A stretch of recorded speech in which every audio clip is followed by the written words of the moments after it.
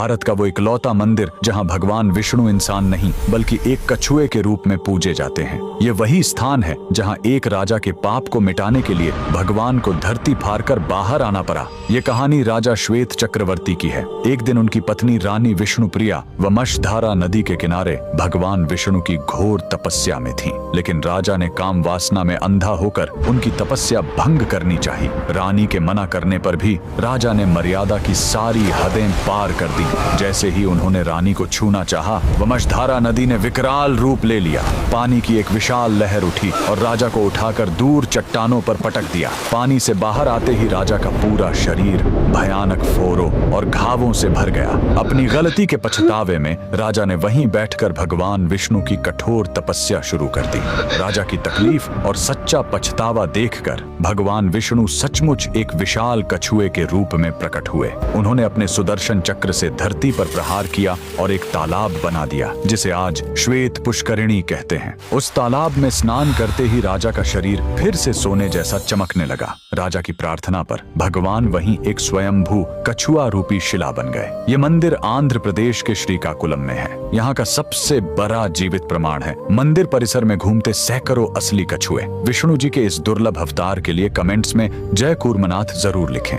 एक विशालकाय अजगर जिसका वध स्वयं महादेव ने अपने त्रिशूल से किया और फिर उसी दैत्य के मृत शरीर के ऊपर अपना शिवलिंग प्रकट कर लिया। यह कहानी हिमाचल की कुल्लू घाटी से जुड़ी है। पौराणिक काल में कुलांत नाम के एक मायावी राक्षस ने तबाही मचाने के लिए एक भयानक चाल चली। उसने एक विशालकाय अजगर का रूप लिया और व्यास नदी के प्रवाह को पूरी तरह रोक कर बैठ गया। उसका मकसद साफ था, नदी का पानी ओवरफ्लो होकर इतना बढ़ जाए कि पूरी घाटी और गांव डूबकर खत्म हो जाएं। जब पानी बढ़ने लगा और लोग डूबने लगे तो उन्होंने महादेव को पुकारा। भक्तों की चीख पुकार सुनकर भगवान शिव ने अपना त्रिशूल उठाया और एक ही प्रहार में उस अजगर को वहीं ढेर कर दिया। कहते हैं मरने के बाद उस विशाल अजगर का शरीर ही जमकर एक विशाल पहाड़ बन गया। उस दैत्य की बची हुई नकारात्मक ऊर्जा को हमेशा के लिए खत्म करने के लिए शिवजी ने उसी पहाड़ की चोटी पर शिवलिंग रूप में प्रकट हुए। लेकिन यह पहाड़ इतना ऊंचा था कि यहाँ आकाशीय बिजली गिरने का खतरा हमेशा बना रहता था,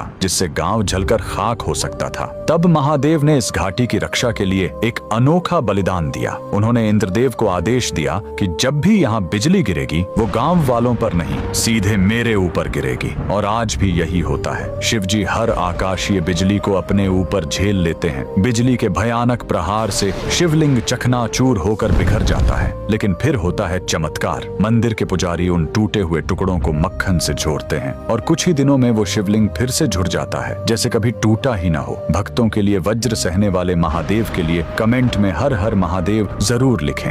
जब कृष्ण जी ने मोर के कंकाल पर अमृत डाला तो मोर जीवित। हनुमान जी ने बंदर के कंकाल पर अमृत डाला तो बंदर जीवित हो गया। हनुमान जी उनके घर आ रहे हैं जो लाइक, फॉलो और कमेंट में जय श्री राम लिखेगा। जब अघोरी ने मेंढक को बंदर खिलाया तो मेंढक के मुंह से ढेर सारे कंकाल निकले। जब तांत्रिक ने मगरमच्छ को बिल्ली खिलाई तो मगरमच्छ के मुंह से ढेर सारी हड्डियां निकली। लेकिन जब हनुमान जी ने मछली को लड्डू खिलाया तो मछली के मुंह से ढेर सारी रंग बिरंगी मिठाई निकली। अब हनुमान जी मिठाई लेकर उसी के घर जा रहे हैं जो जय श्री राम लिखेगा। मकर संक्रांति के दिन भोलेनाथ ने अमरूद तोड़ा तो उसमें से ढेर सारे बादाम निकले। हनुमान जी ने संतरा तोड़ा तो उसमें से ढेर सारे काजू निकले। कृष्ण जी ने आम तोड़ा तो उसमें से ढेर सारे मूंगफली निकला। लेकिन जब माता लक्ष्मी ने अनार तोड़ा तो उसमें से सोने के बिस्किट निकले। माता लक्ष्मी यह बिस्किट उनके घर लेकर आएगी जो लाइक, फॉलो और कमेंट में जय माता लक्ष्मी लिखेगा। जब कृष्ण जी ने मोर के कंकाल पर अमृत डाला तो मोर जीवित हो गया। भोलेनाथ ने गाय के कंकाल पर अमृत डाला तो गाय जीवित हो गई। अंत में हनुमान जी ने बंदर के कंकाल पर अमृत डाला तो बंदर जीवित हो गया। हनुमान जी उनके घर आ रहे हैं जो लाइक, फॉलो और कमेंट में जय श्री राम लिखेगा।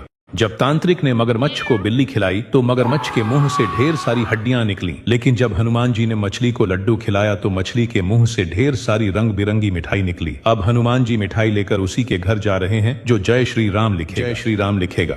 जब कृष्ण जी ने मोर के कंकाल पर अमृत डाला तो मोर जीवित। हनुमान जी ने बंदर के कंकाल पर अमृत डाला तो बंदर जीवित हो गया। हनुमान जी उनके घर आ रहे हैं जो लाइक, फॉलो और कमेंट में जय श्री राम लिखेगा।